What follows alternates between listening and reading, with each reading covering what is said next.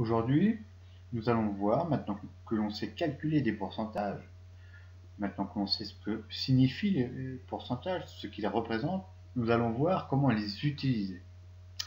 Donc, le problème, un marchand de cycle solde des vélos. Un marchand de cycle, c'est un vendeur de vélos. De vélos ou de mobilettes.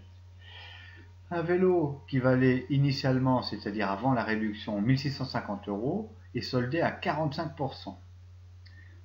Ici, on nous demande de calculer le montant de la réduction réelle, le montant de la réduction de ce vélo, puis son nouveau prix.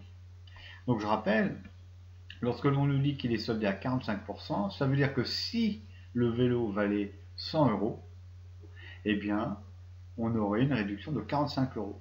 Mais ici, la valeur réelle du vélo n'est pas de 100 €, mais de 1650 €. Alors, on dresse un petit tableau et on le remplit. Donc, je place dans mon tableau la valeur réelle initiale de mon vélo. Au début, il valait bien 1650 €. Ensuite, je remplis la colonne des pourcentages. Et si mon vélo valait 100 €.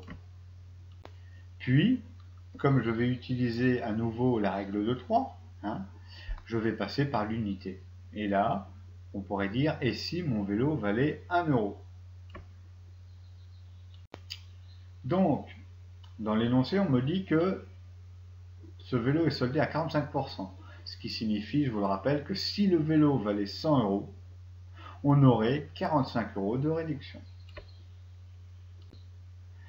Alors à ce moment-là, puisque je cherche, moi maintenant, je cherche la valeur réelle de ma réduction, eh bien, je vais utiliser la règle de 3 pour trouver d'abord quelle serait la valeur de la réduction si mon vélo valait 1 €. On utilise la règle de 3. Je vois bien que pour passer de 100 vers 1, je divise par 100. Donc en dessous, pareil, je vais diviser 45 par 100 pour trouver la réduction au cas où le vélo valait 1 €. 45 divisé par 100, ça on sait le faire de tête, je décale la virgule de 2 rangs vers la gauche. Ici, ma virgule dans 45, c'est comme si elle était là, 45,0. Donc, bien sûr, je me retrouve avec 0,45 pour 1. Pour l'instant, on remplit simplement le tableau comme un simple tableau de proportionnalité. Et bien maintenant, je vais pouvoir facilement trouver la valeur réelle de cette réduction, puisque je connais la valeur de la réduction pour 1 €. Cette valeur, eh bien, elle sera 1650 fois plus importante que pour 1. Donc en dessous, je fais 0,45 multiplié par 1650 et j'obtiens 742,50. Ça, c'est la valeur réelle de la réduction du VTT qui est en vente dans le magasin. Donc je récapitule ce tableau qui est important à comprendre. On m'a donné un vélo qui valait au départ 1650 €. On me dit que ce vélo est soldé à 45%. Ça veut dire que si ce vélo ne valait pas non pas 1650 € mais 100 €, on aurait une réduction de 45 €. Sauf que mon vélo, il ne vaut pas 100 €, il vaut 1650 €. Donc sa réduction réelle ne va pas être 45 €. Pour la trouver, je vais passer par l'unité. J'utilise la règle de 3. Pour trouver pour l'unité, la réduction pour l'unité, c'est une réduction qui est 100 fois plus petite que pour 100. Donc j'ai divisé 45 par 100, je trouve 0,45. Et ensuite, pour trouver la réduction pour 1650 €, il suffit de multiplier bien sûr par 1650 €. Et je trouve 742,50 € qui est la réduction réelle de ce vélo.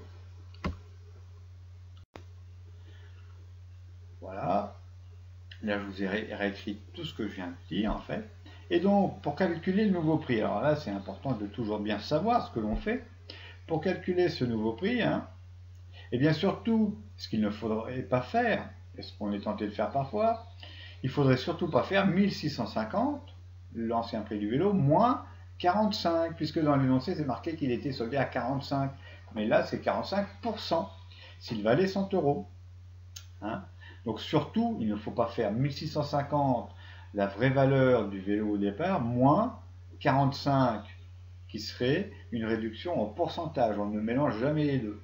On enlève bien sûr à 1650 la réduction réelle que l'on a calculée ici du vélo. On enlève 742,50 et on obtient un nouveau prix pour le vélo qui est de 907,50 euros. Ma calculatrice me note bien sûr 907,5, mais comme on est dans un système de prix, quand on parle en prix, on va toujours à la deuxième décimale, c'est-à-dire jusqu'au chiffre des centièmes, et dans ce cas, au lieu de dire 907,5 euros, on dit le vélo me coûte 907,50 euros et on note ce zéro inutile.